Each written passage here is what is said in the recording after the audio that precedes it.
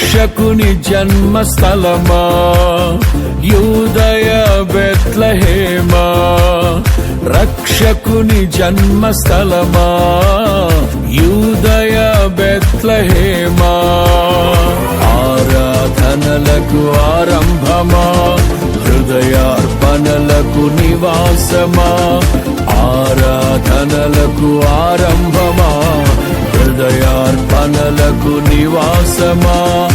ఎందుకో ఇంత భాగ్యము దాచి ఉంచే ప్రభు నీ కోసము, ఎందుకో ఇంత భాగ్యము దాచి ఉంచే ప్రభు నీ కోసము.